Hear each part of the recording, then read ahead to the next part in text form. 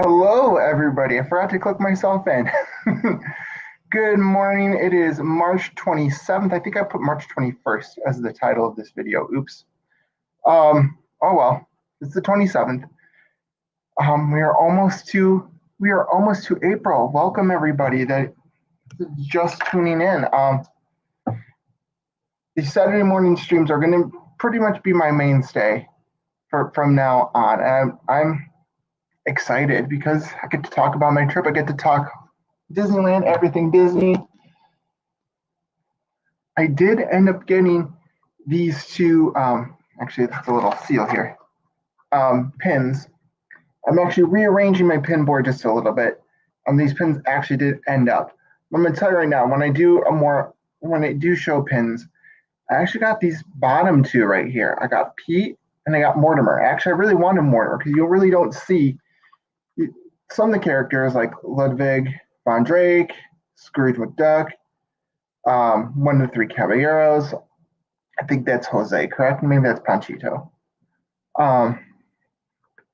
Forgive me. But I do actually have these pins. You know what? Let me show them. I'll be right back.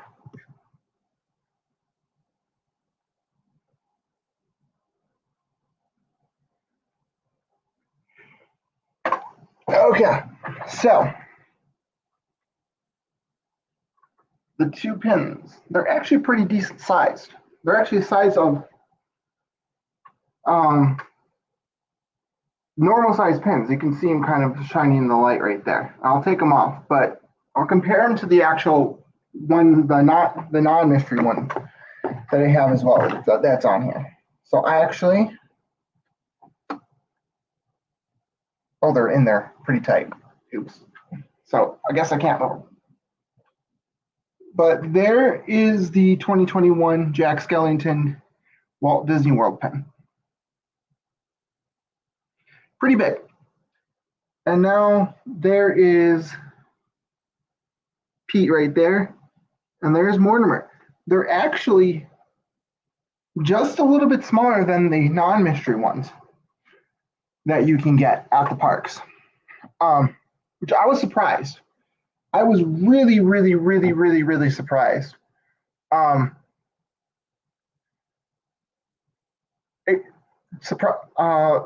for the fact that it's what, $15 on Shop Disney, whereas the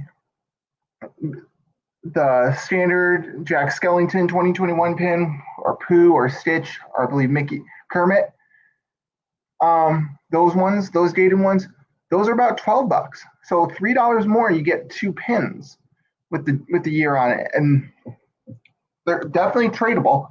You definitely, I wasn't expecting the villains, but I got the quote unquote Mickey villains, Pete and Mortimer, which is pretty fun. And welcome for those of you just joining us, just started here. Yeah, I'm really excited. Like, again, I got the wallet, the Mickey and Friends Donald wallet, pretty standard. All this is polyurethane. They call it vegan leather. It's got card slots. Nothing's in here as of yet. ID holder.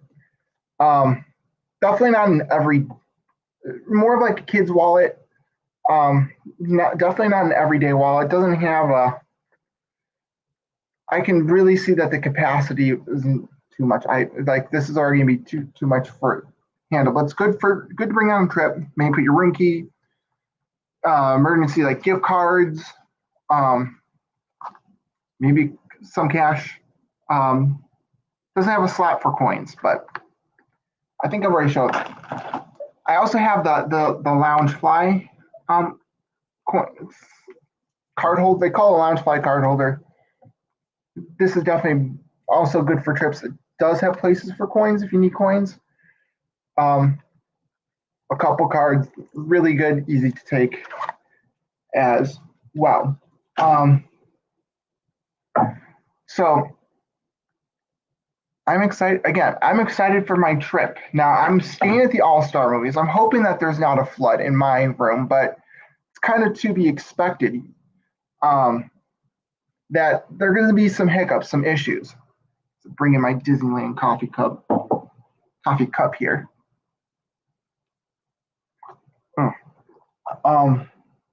To be expected, when things open, everything's not going to be tip-top 100% in shape. Like, these pipes haven't been really circulating water, for all that we know, for the past year. And with just the crazy weather and just when pipes don't move, that's not a good thing. So I really was surprised to hear that, but again, not surprised at the same time. Ironically, happened in one of the Fantasia buildings. So, of course, there's a big flood in Fantasia, in the Sorcerer's Apprentice scene. But yeah, it is what it is. I have my cereal here. This is like a breakfast show, a brunch show, kind of. So might as well eat some breakfast out of my ink and paint bowls.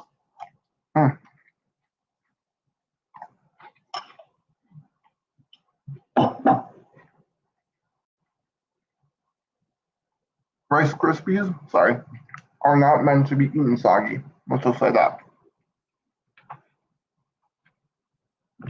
So, my trip coming up in about less than 3 weeks, about 20 days. I'll be on my way to Florida. I'm still hammering out details because the first big piece of news I want to share is that they've extended the park hours already for mid-April. Just shortly after they extended the late March to early April park hours, they extended the park hours for mid-April, mid to late April as well. And it's not a minor extension. Some parks are going to be open like 4 hours later. It's that big of a difference. Like Magic Kingdom. Now the park hours in question are from the 11th to the 17th, and that actually coincides with my trip perfectly. Like, so up until the 17th, Magic Kingdom was originally scheduled to be open from 9 a.m. to 6 p.m. They've extended the park hours by 4 hours. It's now going to open at 8 a.m.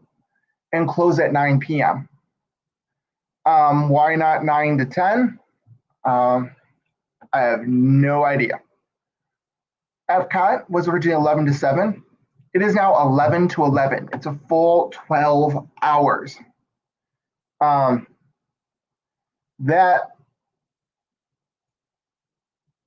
That's pretty awesome. Normally, even during the summer, Epcot is usually only open to 9 p.m. So this is like a full operating day for Epcot, 9 to 9, 11 to 11. It's a full operating day that Epcot's going to be open, which is awesome.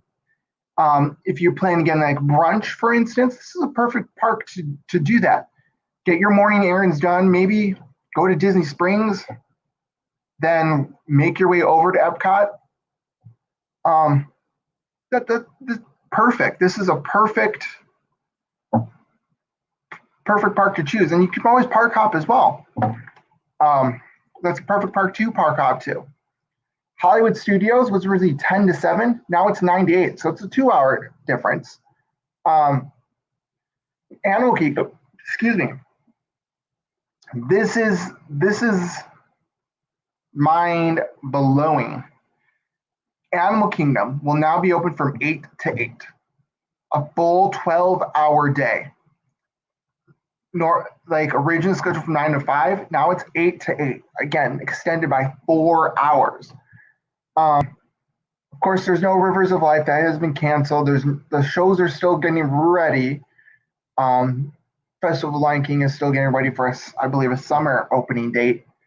But yeah, Disney's announced this radical expansion of park hours for me. So it's opened up more possibilities for me, and I'm kind of deciding what I really want to do. The other big news, and I'm getting both of these things off of wdwnt.com. Just like to cite my sources here. Is that reportedly Walt Disney World is hiring a principal fireworks designer. So those are the people that are in charge of creating the fireworks shows, and direct all the special effect designs, pyrotechnics for live shows as well. Every piece of firework this person is basically in charge of. And so they are hiring a new principal fireworks person. So fireworks are on the way. It looks like they're getting ready.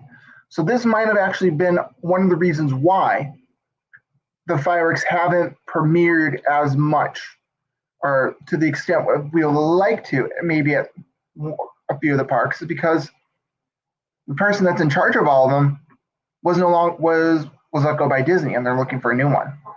That could definitely make a lot of sense. So yeah, that's an interesting piece of news as well. But the biggest piece of news I want to kind of share with you guys is coming from Disneyland. And that it's all over everywhere, that Disneyland right now are basically preparing to propose to Anaheim to expand not just Disneyland, but California Adventure as well. Now, looking at the concept art for some of the lands, people are speculating that there could be Zootopia, there could be Neverland. Moana was tossed. I thought some things looked like Moana, but that could be just Neverland. A few different areas. Arendelle was also tossed in there, but it looks like Downtown Disney West, originally what they were going to build a hotel there, a Beverly Hills style. It kind of reminded me of the Beverly Hilton. You ever seen the Beverly, like pictures of the Beverly Hilton? I've never been there, but from the Golden Globes, like that 50s style hotel.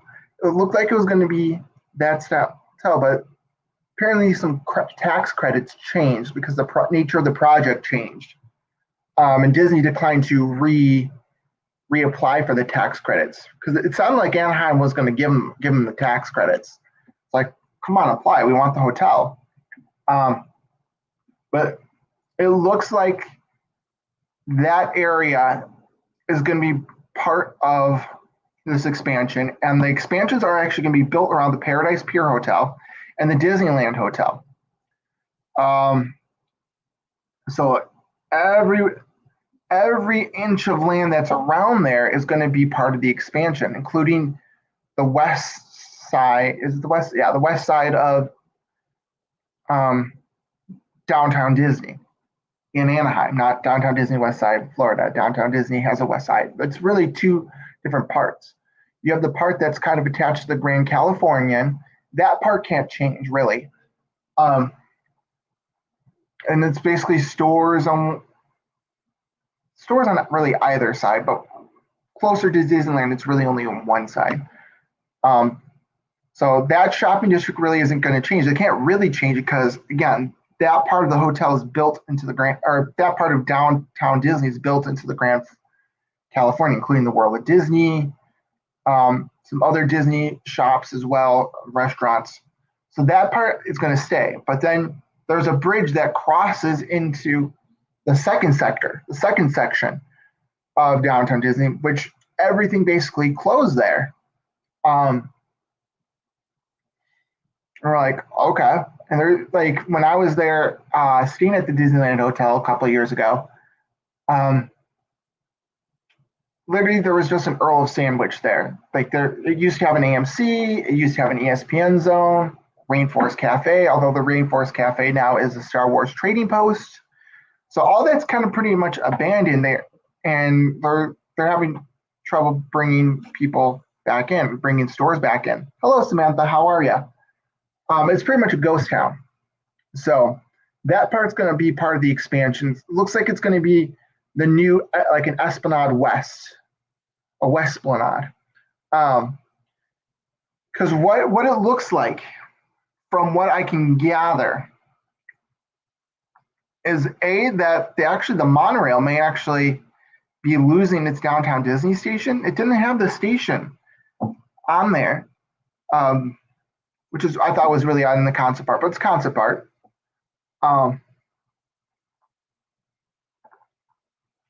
Although again, plans can change. But it looked like would have two, like each park would be getting another entrance, a west side entrance, so to speak. So maybe that reduces the need for the monorail. Or maybe they can move the monorail, close it down, extend the track into California and put a California Adventure entrance. So it's now park transportation. Make it still part of Disneyland, but in order to exit the station, you would need a park ticket. I don't know. That might be something new. But it's definitely interesting that the way that they're built, because it's very zigzagged. I think what they're trying to do is they're trying to build a third park, but there is no space right now in any of the land that Disney has in the Anaheim Resort to really build a true third park. They would have to knock down the Disneyland Paradise Pier hotels in order to kind of at least have any hint of a third park on that site. The only other site that they own is the Toy Story parking lot, which you could definitely put a third park in there. Toy Story, and there's a cast parking lot as well. They're side by side. You could definitely put a third theme park there, but there's apartments all that surround that parking lot. Disney would have to buy those apartments. So yeah, that really doesn't bode well for a third theme park, because as of late, a lot of especially with the construction in 2000, with the late 90s, early 2000s, or for California Adventure, a lot of the way the park was designed was to minimize noise. Because again, it's basically there's houses, and it's a residential neighborhood. Once you get out of that little core district, there's houses pretty much all outside. It's not like Disney World where it's sheltered. It's not like some other theme parks where it's pretty much middle of like a commercial district. So you have that. You really have that anomaly there. So they have to play nice with their neighbors. So Cars Land, with the Cars Land attraction, they built the Cadillac range, but it wasn't as much as, okay, to immerse yourself into the world of cars, which you do. Don't get me wrong, you do. But it also shows you that they're concerned about noise, and it acts as a noise barrier to the outside world. A little bit hungry here.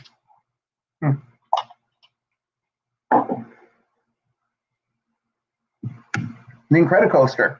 When they built the Incredicoaster as California Screamin', originally those tunnels were just half shells. They weren't really true tunnels. They were just half shells that act as a sound barrier to muffle the sound out into the neighborhoods. There's neighborhoods on the other side of California Screamin'. Now, of course, there are other parts of the roller coaster that are exposed, but so they can't really absorb all the sound. But the tunnels are not there because, oh, cool, tunnels. It adds some scare factor. The primary reason is to muffle noise. Galaxy's Edge, to an extent, I guess, although it's built on the Ball Road Disneyland Drive side. So there's not really too many neighborhoods. Like you got roads and the parking garage there. California Adventures were really where the noise stuff is. But also like Tower of Terror, Guardians of the Galaxy Mission Breakout there.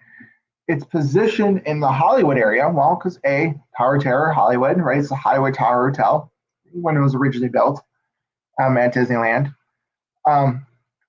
So it fit that section. But another reason why they put it there is because it faces into the park. It faces into the park again to muffle all the noise. So they could have put it oriented some like a different way, but that was a part of the reason why they chose to orient it the way that they did there. Put it in a corner, put it towards the park so that the sound goes into the park and just more it rather than outside the park. So again, they play nice with the neighbors. So the reason why I bring that up is because the expansions involve a lot of the show buildings on the outside with tall facades and mountains and hills, it looks like, and buildings, so that the noise goes inside towards the Disneyland park instead of outside and muffle it on the outside where the other side there's residential areas. So I don't doubt that for a second. The reason why that the expansions maybe are on the west side because of the property rather than Toy Story parking lot is because of it's still close to the residential areas, but they can post it as expansions rather than a new park because it's not as going to be as big as a new park. The total area of the new construction there, but also they can face it in towards Disneyland, whereas again the parking lot, Toy Story parking lot in California is it's isolated. It's not actually connected to the resort. It's a satellite lot. You have to take a bus. You can walk, but most people take a shuttle bus from the Toy Story parking lot to the Disneyland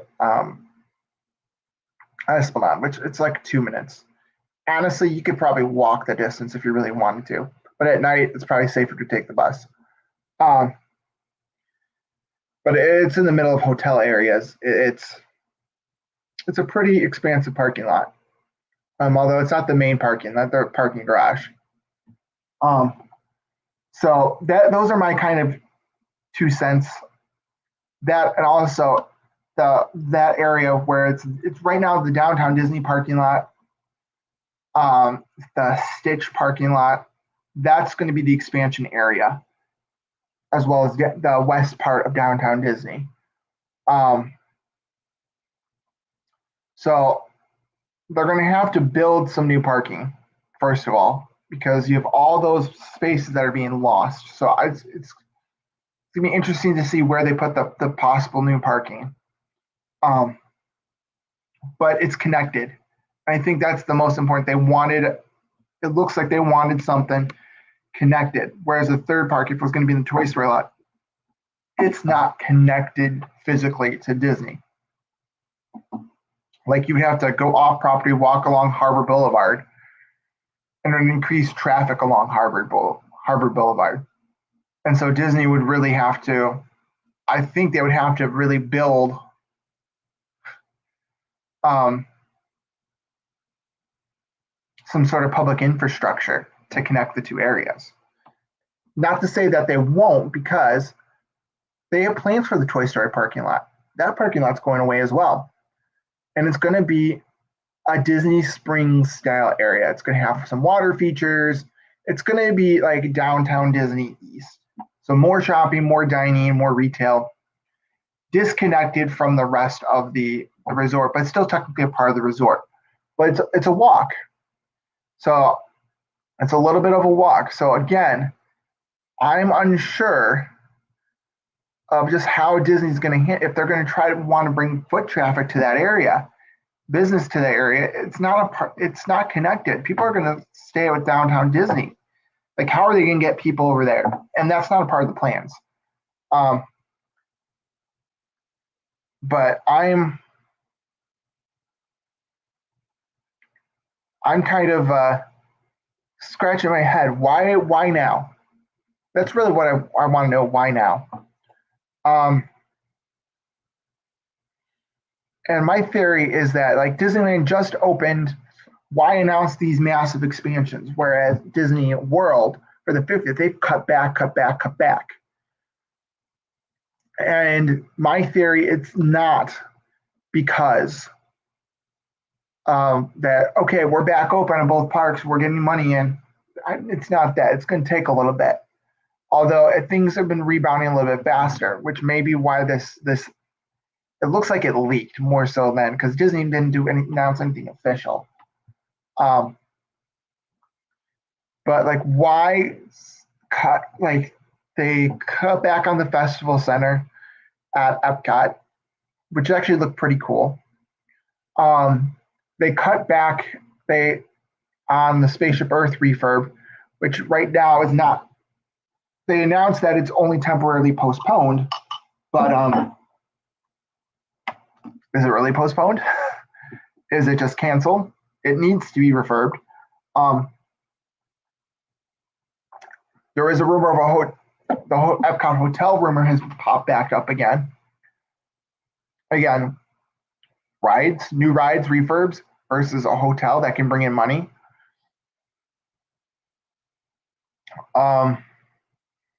Doesn't surprise me that they might be considering that, but let's get back to Disneyland for a second. No Mary Poppins ride. There was rumors of a Brazil pavilion coming to Epcot. That's not happening. And those were just rumors. Mary Poppins, Spaceship Earth were canceled. I'm sure there's things that we don't know about that we haven't announced it. We're canceling it. So why are things being canceled? Oh, the Reflections Resort has been canceled, from what I understand. Although that could be back in the mix. We don't know. We haven't heard anything about it. But that was put on the back burner. So why all this stuff on the back burner for Disney World, which really, a lot of some of the parks really need a refresh. Whereas Disneyland, they got their refresh with Galaxy's Edge. And they're refreshing Tomorrowland a little bit, putting cosmetic upgrades. California Adventure recently went through its rebirth, I guess you can call it that. And it's getting Avengers Campus. So it's getting new stuff already. And it's got a new parade shortly before it opened, or shortly before it closed, I should say. And it regularly gets new fireworks, whereas Disney parks, they tend to, once they find something that works, they hold on to it. Festival of Fantasy has been going on for 8 years, and Disneyland's got a couple new parades. Happily Ever After has been going on for a similar amount of time. Maybe a little bit shorter. And it's getting, and again, Disneyland's gotten a few different versions of fireworks. So things tend to change a little bit more there. So why? I've dragged this on for as much as I could, but why? And it's opportunity. Anaheim in the past year has really hurt, like many of the communities across the country, because of the pandemic shutdown. Businesses have been forced to close, lay off employees. And the fact that, they want to expand Disneyland and expand California Adventure. So there's going to be basically pathway. It looks like there's pathways going to be across Disneyland Drive to get people to this expansion on both sides.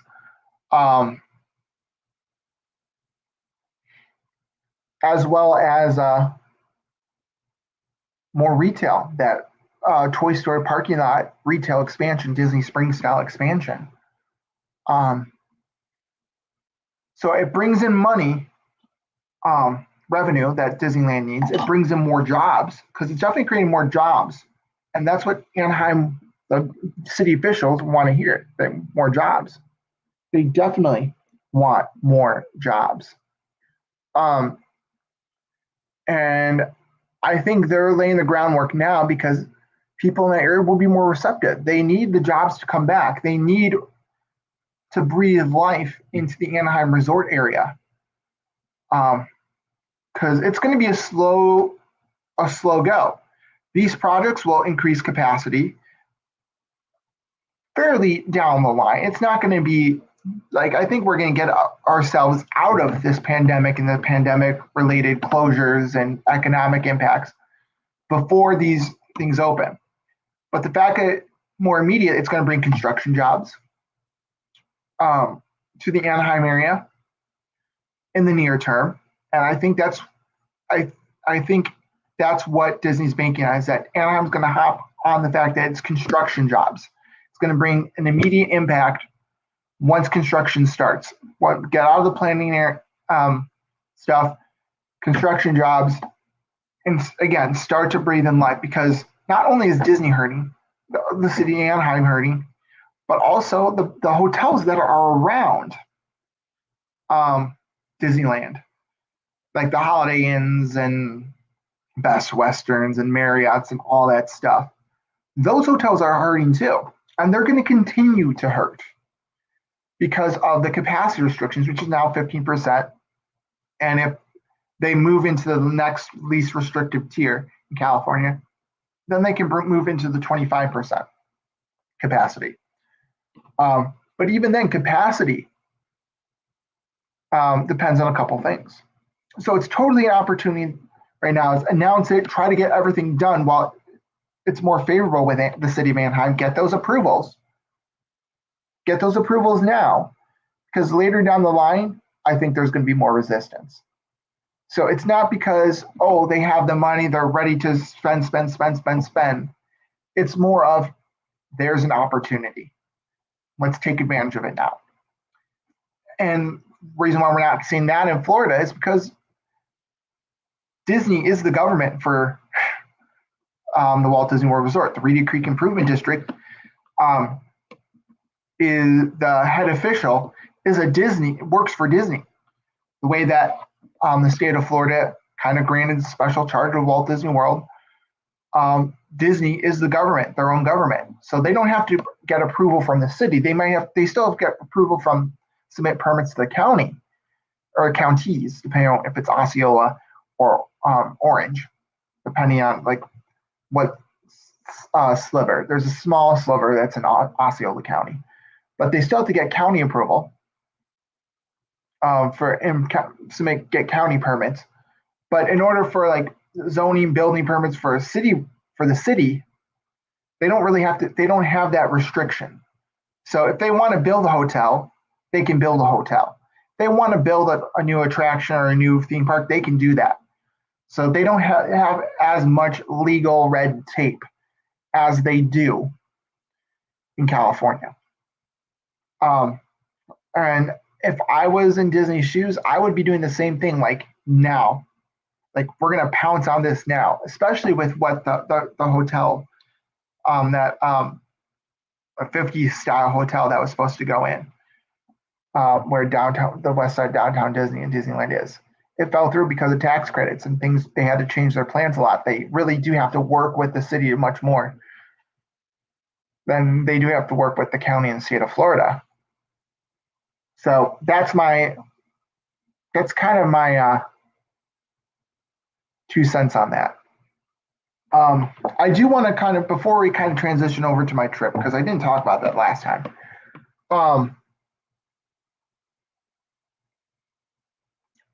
Is that they will have capacity restrictions, 15%, like I said before, right as of right now. But if they do at the end of the month move into that less restrictive tier that allows 25%, they can go to 25%. But the theme parks opening, there are going to be 2 different categories for employees: employees who get tested regularly, employees who opt out of the testing. Employees who do get tested do not count towards capacity restrictions. It's a completely voluntary program. Employees who do get tested, they don't count towards capacity restrictions. Whereas employees that opt out of testing, they don't get tested, they count towards the capacity. So that's going to be interesting if people opt out of that. Will Disney kind of in other theme parks? This is not just for Disneyland. Will they retaliate? Will they get shorter schedules? Because 15% is not a lot. And if there's 500 people, 500 employees that decide, hey, I'm not getting tested, that's 500 less people in the parks. So I think it's going to be interesting to see if they send out a survey saying, or if they're allowed to survey this, like if they find out, oh, I'm opting out of testing, I really don't want to get a cotton swab shoved up my nose, or I mean, it could be the rapid tests where you spit into a tube, but I know that's pleasant on a Saturday morning or afternoon wherever you're at.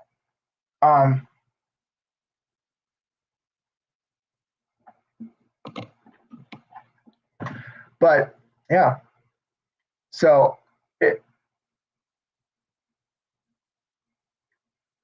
there's I understand what California is trying to do, but at the same time, it puts a disadvantage of the people that don't want to get tested, and it might put them at odds with their employers, and they might get pressured, and I could see legal battles with that. Now, the last thing I want to kind of talk about before I go is my trip. The trip that I'm excited for. There's so much news that's coming out of Disney that every time I want to talk about it, I usually don't get to it. So we're about 10, 20 minutes to go. So let's talk about my trip. I'm staying at the All-Star Movies. And I kind of touched upon the flood at the beginning of my program. But I've never stayed at the All-Star Movies before, and I'm really just trying to plan out my trip. I really am. Because again, with the park hours expanding, park passes for last time I checked, Magic Kingdom and Hollywood Studios do not have park passes available for resort guests. That weekend. Which is good and bad at the same time. Epcot still does. So I do not have an Epcot Park Pass. I do have a Magic Kingdom Park Pass. I don't plan on giving that one up. I also have a Hollywood Studios Park Pass. And with the new times, I don't know, I'm a little bit torn because I also want to fit in Disney Springs somehow. And I just don't know if I can. Maybe I really don't know. So if you have any ideas, should I keep my park passes? Should I release one, switch it for an Epcot? So I'm guaranteed to get an Epcot because it looks like that's going to fill up too. And I don't have a lot of time to decide it, in all honesty, because as the dates get closer, I do expect that all those park passes are going to be eaten up.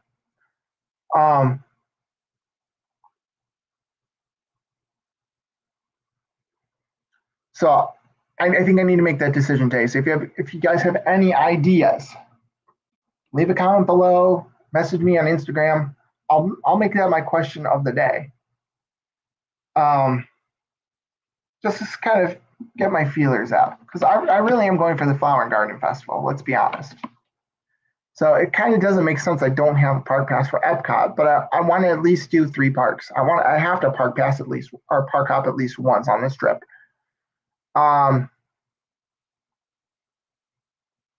Yeah. So there's that. There's a lot of food I have to choose in 2 days. Also, I've been trying to get an Oga's reservation. I need to check that to see if I can get an Oga's reservation because I really want a fuzzy tauntaun. That's it. I'll get my drink. get the fuzzy tauntaun, make my lips all numb and all that stuff, and then go. That's really the only reason why I absolutely 100% want to be in Hollywood studios. Of course, Tower of Terror, of course, Rock and Roller Coaster, and Sleeky Dog. But more and more, like I definitely see myself at least stopping by at least once. But do I really want the park pass? The only reason why I want the park pass is to try to get on Rise of Resistance. But I'm not, if you try to get me up at 7 o'clock in the morning, a lot of times I'm waking up right at 7, like on a trip. So that might not be the best for me to do, because if I don't get Rise of Resistance, then I kind of wasted the park pass. There's so much riding on one day. Do I even worry about the stress? I know that there is the 1 o'clock one, but then that keeps me in Hollywood studios the entire day. I don't know if I want that either. I'd have to park hop and make sure. There are so many different variables. I don't know. What are your thoughts? The comment message, I really do want to know. The only other thing I kind of regret is not staying at maybe like Pop Century or Art of Animation, which is on the Skyliner. That would make things a whole lot easier for me, because I don't have to wait on buses the entire time. I really do think the Skyliner, we're going to see Skyliner expansions, because by and large it's been successful. I think what hasn't worked is the Riviera Station. And if you agree with me, again, thumbs up, comment, something like that. Only because it's not a terminating station. Every other station, the Hollywood Studios, Caribbean Beach, Pop Century / Art, Epcot, International Gateway, all of those are terminating stations, meaning that the gondolas turn around and they can basically do ADA transfers without actually having to slow down the gondolas. Whereas the Riviera Station, if someone in a wheelchair needs to get on or off, they slow down the gondolas to a slow crawl, let the person on, and then they bring it back up. So there's a lot of starting and stopping, which could have been avoidable. They could have made the Riviera a start and stop station, a turnaround station, but they didn't. Or they didn't. I'm sure like there's technology where they could even make some of the gondolas pull over.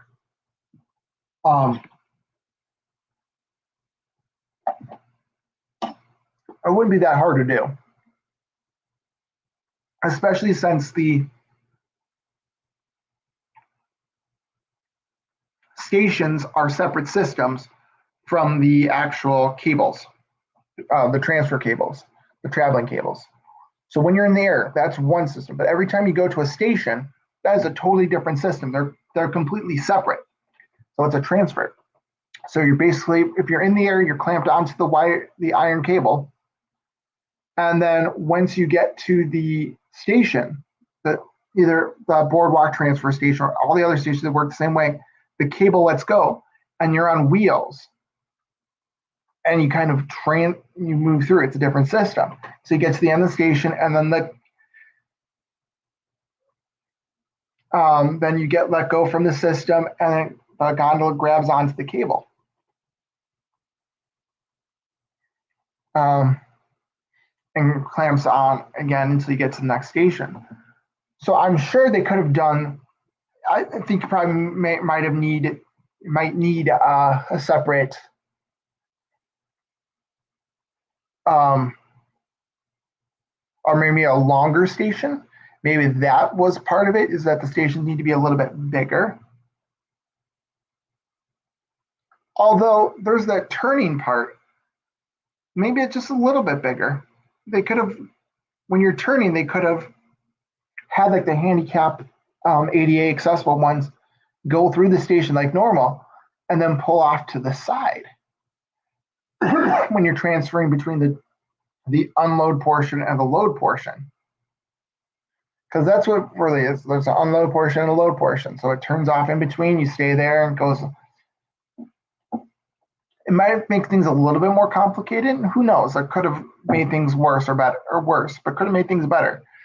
But honestly, if it does it kind of like on the turnaround, why not there? So, and could that be a quick, easy fix? It might shut down. They don't want to shut down the Skyliner anytime soon, but maybe down the line, maybe that's what they need to do. At least for a little bit, just to kind of correct that. Also add the speed ramps, kind of like at the Haunted Mansion or Ariel or Peter Pan. We have like the speed ramps there going the same speed as the ride vehicles, like the Omni movers, or even like the People Mover, to make things a little bit easier to get in. Because I get a little bit nervous every time I've hopped in there. Like, what if I trip and fall? Like, that's not gonna be good. Disney opted out of it, even though that the manufacturers, they said, hey, we can do this. But I think when they do an expansion, I think it's going to be like a Riviera. They might use the Riviera as an expansion. Maybe not on the same as like a turbo. Maybe you have to walk through. I don't know. But I definitely see them doing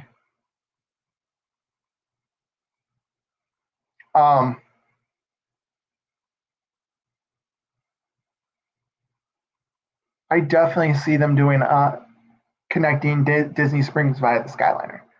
Maybe something where they connect Animal Kingdom to the All Star Resorts via Skyliner. Maybe it could be Animal Kingdom All Stars all the way to Disney Springs. That would be a perfect line right there. It connects the only theme park that doesn't have alternative transportation, Animal Kingdom. The only way to get from theme parks or resorts to Animal Kingdom is by bus. So you've got the Skyliner. You can bring the Skyliner to All Stars because that's practically next door. Maybe Coronado Springs, although Coronado Springs, I don't know if there's a space there, but you definitely could have this space at the All Star Resorts, and then connect All Stars with Disney Springs, and that's going to be a longer trip.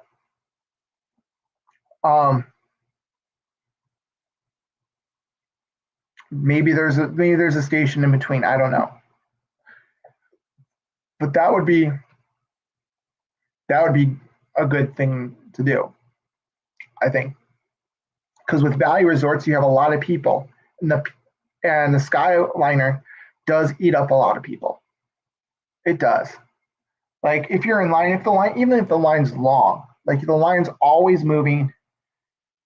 Yeah, maybe the wait's a little bit longer with social distancing. You can't fit as many people inside each gondola. Maybe make the gondolas a little bit bigger for that line. Maybe like there are definitely high capacity gondolas. Although they probably would want to keep the standard ones, so they have to rely less on buses. But then again, it means that they're going to reduce buses, and if the Skyliner can operate, then there's an issue there. There's always some give and take, but I definitely see more Skyliners in the future. Make the cabs air conditioned. That's another thing. The passive air cooling system, basically the vents, they work if they're in motion, but they don't work if the gondolas are not in motion. So climate control cabs, they probably would put them on the main line first and move the current cabs to the new line. So if they buy new Skyliner gondolas, they put in the battery control, heating and cooling, or just cooling. Maybe not so much heating, but cooling. And move the current cars over to the new line. Transfer them maybe like one by one, and use the gondolas there. I don't know, food for thought. But Yeah, so I definitely am planning in a little bit more than 2 weeks now. It's gonna be 2 weeks from Thursday. Um, I might do, I'm definitely gonna do a lot of Instagram lives. So I might do a live from the airport. I might do a live from actually both airports. Can't do in the plane, unfortunately. Um, Definitely a lot. I'm right now planning to do an Instagram live on the Magical Express. Maybe it's gonna be late at night. It's gonna be dark. Um, and either record it on video. I might do it myself, like a little room tour first before I record. Do an Instagram live, but I'm planning to do either one live stream in my hotel room late at night, or it's somewhere just to kind of say hi, update you guys on my trip. But it's definitely going to be more Instagram feel. So I might be a little. I'm not definitely not going to do my Saturday morning stream. 3 weeks from now, that's out of the question. But you will see an increased presence on Instagram. Well, we are approaching 50 minutes. Um, Thank you all for watching, and I will see you in infinity and beyond. Have a great weekend, everybody.